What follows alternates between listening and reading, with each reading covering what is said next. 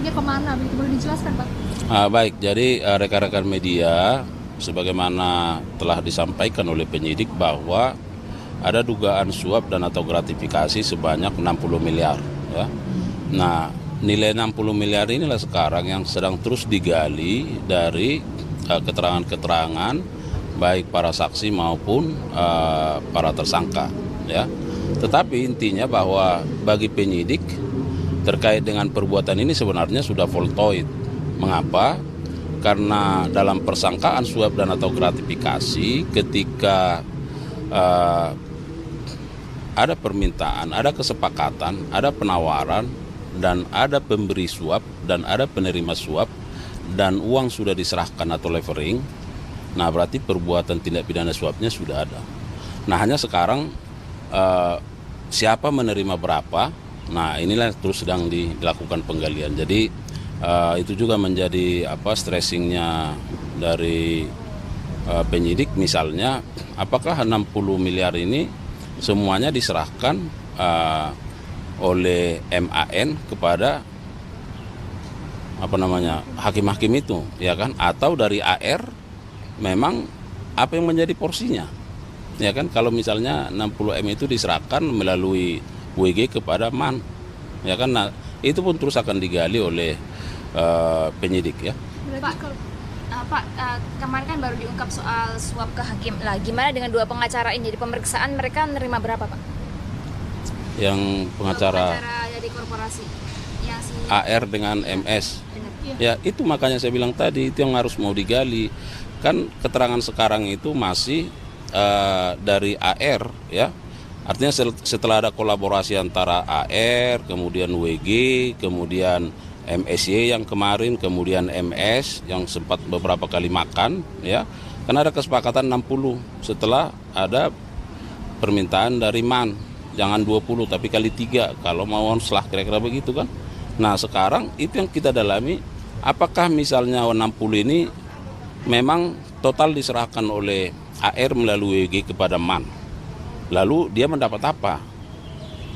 Nah, keterangan-keterangan ini sekarang yang terus akan digali dari saksi-saksi yang ada, ya. Kita tunggu aja. Pak, berarti yang 38 miliar ini kan yang belum ketahuan kemana, ini apakah bisa aja memunculkan tersangka baru atau justru ini milik yang para tersangka yang sebelumnya yang belum mengaku gitu, Pak? Nah, semua itu nanti akan kita lihat dalam perkembangannya. Kenapa? Karena itu tadi, bagi penyidik sebenarnya ketika sudah ada levering, ada permintaan, ada penerimaan, ada penyerahan. Nah, ini kan sudah voltoid sebenarnya. Tetapi akan lebih baik lagi misalnya ketika akan diungkap misalnya siapa menerima berapa. Nah, itu sekarang. Apakah misalnya seperti yang saya sampaikan, kuasa dari pengurusan ini seperti MS, seperti AR, apakah dia hanya gratis, tidak menerima apa-apa karena dari 60 itu diserahkan katanya ke MAN, ya kan? Tetapi sekarang kan MAN juga belum bicara, ya kan? Nah, yang baru bicara itu kan baru dari majelis hakimnya, ya kan? Yang menyatakan ada menerima 4,5 di awal untuk membaca berkas, ada menerima 4,5 juga, ada menerima 5, ada menerima 6. Nah, inilah sekarang yang sedang terus digali oleh penyidik dari berbagai keterangan-keterangan, ya. Pak, tapi 60 M ini apakah memang murni dari Wilmar aja atau mungkin dari dua perusahaan ini juga ikut nyumbang atau mungkin ya, ada akumulasi angka nggak, Pak? Nah, dari keterangan MSY, ya, dari keterangan yang ada sekarang bahwa kan yang berkolaborasi antara MS dengan WG dengan MSY dan MAN, ya kan? Nah, artinya ada permintaan dari AR kepada MG supaya apa? Supaya tolonglah ini kalau bisa bebas atau onslah. Nah, ini tidak bisa bebas tapi onslah dengan catatan angkanya dikali 3 dari MAN disampaikan kepada AR. Tentu AR kan sebagai perantara juga kan, kuasa. Nah, apakah uangnya? Kan tidak. Ternyata dalam perjalanannya antara MS itu sudah beberapa kali bertemu dengan MSJ, ya kan? Alamatnya sudah disampaikan. Nah, dan MSJ menyatakan bahwa 60 itu tentu dari dia. Nah, sekarang akan digali apakah ini dari korporasi Apakah kalau korporasi, apakah hanya satu korporasi? Nah, kalau misalnya ada pihak lain dari siapa, nah ini akan terus digali. Ya. Berarti ada kemungkinan menambah justru angkanya itu lebih besar gitu ya Pak? Karena kan ada 2 perusahaan belum memberikan pernyataan berarti jatuhnya. Nah, sampai sekarang kan baru di sekitaran 60 M. Nah Pak, itu kan tadi kayak minta dikali 3, lalu nggak bisa bebas, bisanya onslaught. Nah itu dijelaskan nggak sih Pak sama Arief kenapa dia menjanjikannya tuh onslaught gitu, bukan bebas? Kenapa nggak bisa bebas, kenapa bisanya onslaught? Terus kayak kenapa sih dia minta dikali 3 gitu Pak dari tawaran pertamanya gitu? Sekarang kan gini, kan AR ini kuasanya kan, udah kuasa korporasi itu dengan MS kan. Nah tentu mereka kan ingin meminta bahwa di dalam putusan ini sebenarnya permintaannya bebas, ya. Nah disampaikanlah melalui WG kepada MAN. Ada permintaan dari AR, bisa nggak ini bebas? MAN bilang nggak bisa, ada uangnya 20. Nah, sekarang ini nggak bisa kalau bebas, kalau mau lepas, onslah. Nah, tapi kali 3, ya saya kira di situ dia faktanya, ya. Artinya alasan kenapa dia menjanjikan onslah itu belum terlalu dalam ya Pak? Ini akan diusut lebih dalam. Yang menjanjikan onslah siapa? Si MAN. MAN. Ya tentu itu akan didalami, ya kan. Tapi mungkin kan yang bersangkutan juga melihat kalau bebas, ya mungkin ada. Kalau putusan, ya enggak, maksudnya kalau putusan bebas mungkin lebih tinggi risikonya, ya kan. Nah kita belum tahu seperti apa. Nah, Pak. Pak, dengan berani menaikkan harga nih Pak, berarti kan ada indikasi dia itu udah biasa lah untuk penanganan perkara. Apakah juga jaksa akan menyidik terkait perkara lain yang berhubungan dengan dia? Mungkin suap-suap lain terkait dia.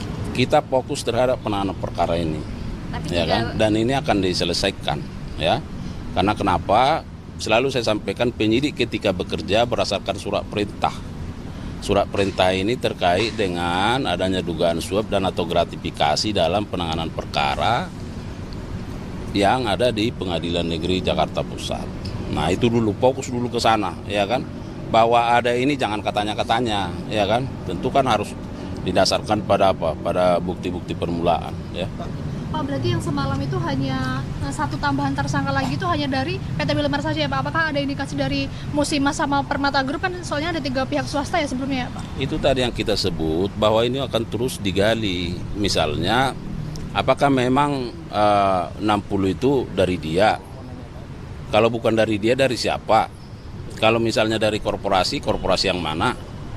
Apakah 1 korporasi, 2 korporasi, 3 korporasi, atau berapa korporasi? Nah itu akan terus didalami, ya. Siapa update sedikit Pak, kan dari 14 yang sejauh ini sudah diperiksa, sudah 8 orang jadi tersangka. Sisanya 6 orang ini masih terus diperiksa lebih jauh atau ada tambahan orang yang diperiksa Pak sampai hari ini? Sampai kemarin itu saksi yang sudah diperiksa dari 14 ditetapkan tersangka 7, nah, lalu diperiksa lagi 5 kemarin, ya. Ada 2 saksi yang sudah lama karena dia sudah tersangka, ada 3 saksi baru. Dari situ ditetapkan 1 orang.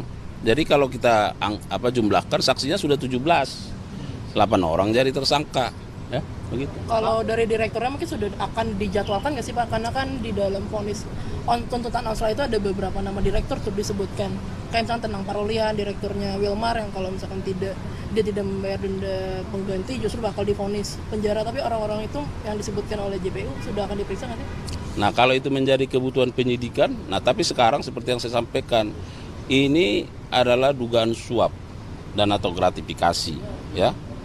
Nah yang saya kira para pelakunya sudah ditetapkan tersangka dan ditahan. Jadi penyidik akan fokus ke sana. Nanti soal siapa pihak-pihak mana yang akan dimintai pertanggungjawaban, dimintai keterangan, dipanggil, saya kira kita lihat aja perkembangannya, ya. Pak, dalam penanganan kasus suap kan pemberi dan penerima itu akan mendapatkan sanksi. Nah, kalau dilihat dari pemberi, tentunya bukan si Syafi'i aja yang memberikan, tapi atasannya atau dalam ini ownernya juga akan diperiksa.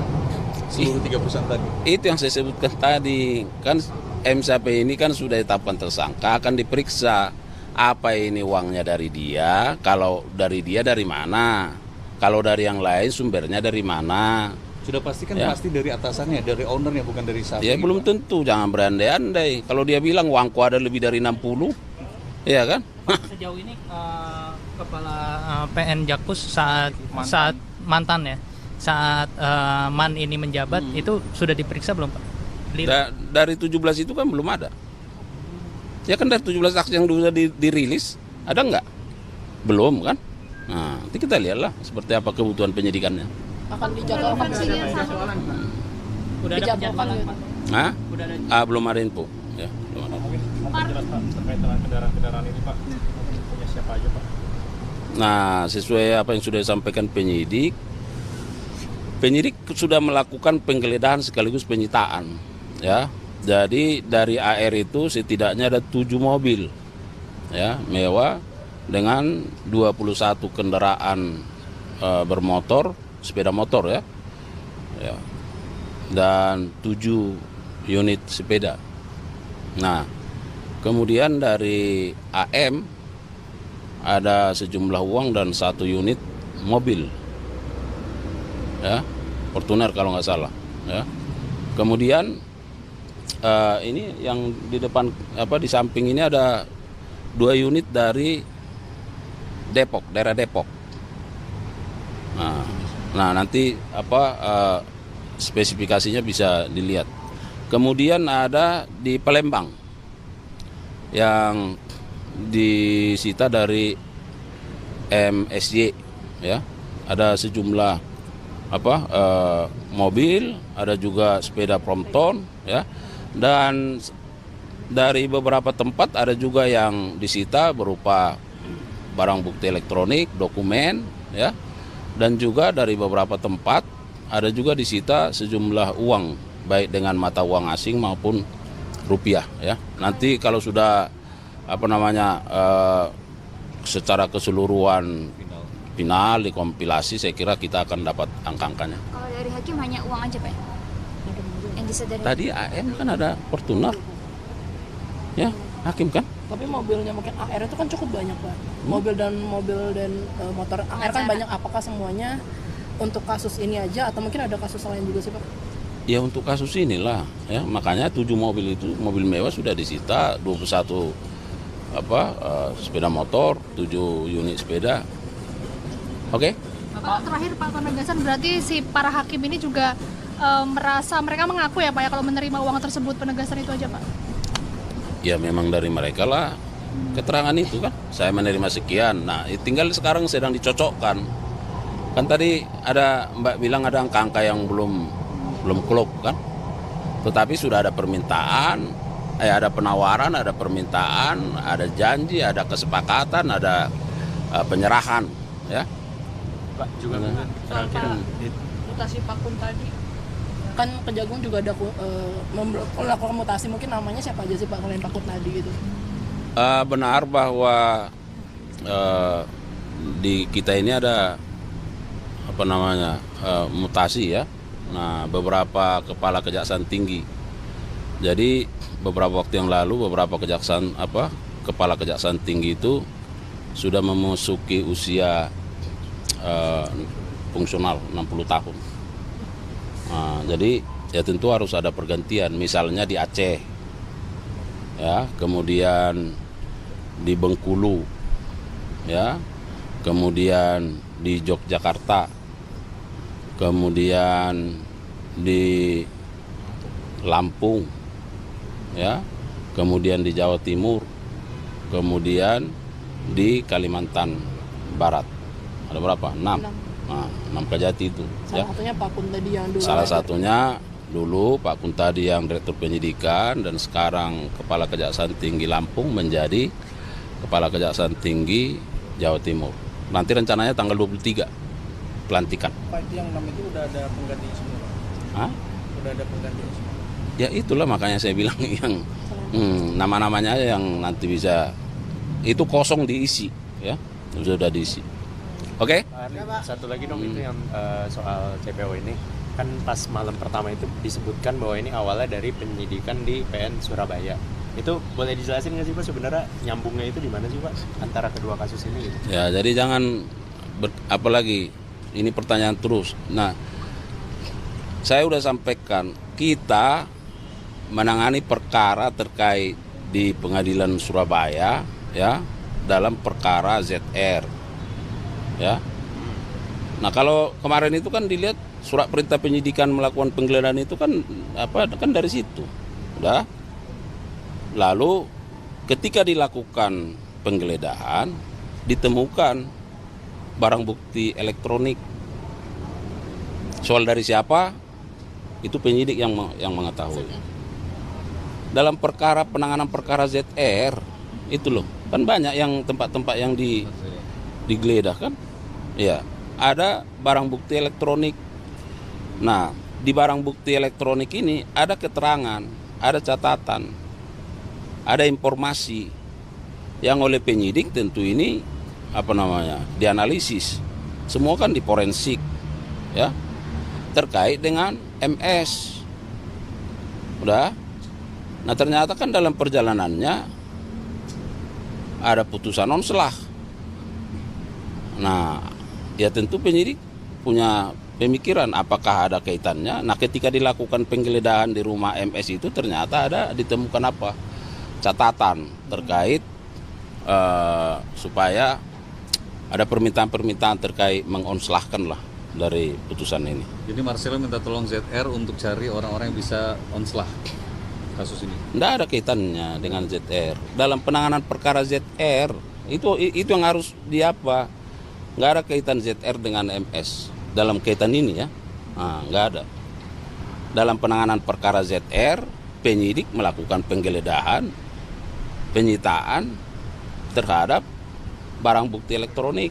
Dari salah satu barang bukti elektronik itu ada informasi terkait dengan MS, ya. Oke? Siap.